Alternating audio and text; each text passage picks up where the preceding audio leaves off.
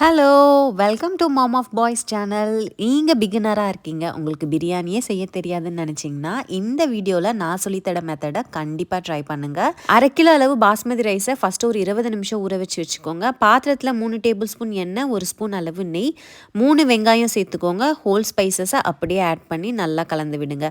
வெங்காயம் நல்லா பொன்னிறமாகற வரைக்கும் வதக்கி விடணும். இப்ப இந்த ஸ்டேஜ்ல 2 டேபிள் ஸ்பூன் அளவு இஞ்சி பூண்டு விழுது சேர்த்துக்கலாம். ரா ஸ்மெல் நல்லா போற வரைக்கும் கலந்து விடுங்க. எடுத்து வச்சிருக்க 3 தக்காளி 4 பச்சை மிளகாய் சேர்த்து ஃபர்ஸ்ட் இதை நல்லா மிக்ஸ் பண்ணி விடுங்க. 1/2 கப் வெட்டி வச்சிருக்க புதினா கொத்தமல்லி, 1 ஸ்பூன் அளவு காஷ்மீரி மிளகாய் தூள், மல்லித்தூள், பிரியாணி மசாலா 2 டேபிள் ஸ்பூன் போல தயிர் சேர்த்து ஃபர்ஸ்ட் இதை நல்லா மிக்ஸ் பண்ணி விடுங்க. இப்போ வாஷ் பண்ணி வச்சிருக்க 1/2 கிலோ போல சிக்கனை இது கூட சேர்த்து நல்லா கலந்து விடுங்க. தேவையான உப்பு 1 டேபிள் ஸ்பூன் அளவு ஆட் பண்ணிக்கோங்க.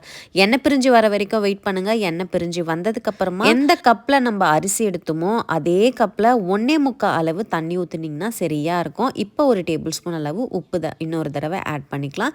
தண்ணி கொதி வந்ததுக்கப்புறம் உப்பு கரெக்டாக இருக்கான்னு செக் பண்ணிக்கோங்க. உப்பு கரிக்கிற மாதிரி இருக்கணும். அப்போ தான் அரிசி சேர்க்கும் போது கரெக்டாக இருக்கும். ஊற வச்ச அரிசி சேர்த்துக்கலாம். லெமன் ஜூஸ் தேவைப்பட்டா 1 ஸ்பூன் போல் ஆட் பண்ணிக்கோங்க. தயிர் புளிப்பாக இருந்தால் லெமன் ஜூஸ் ஸ்கிப் பண்ணிக்கோங்க.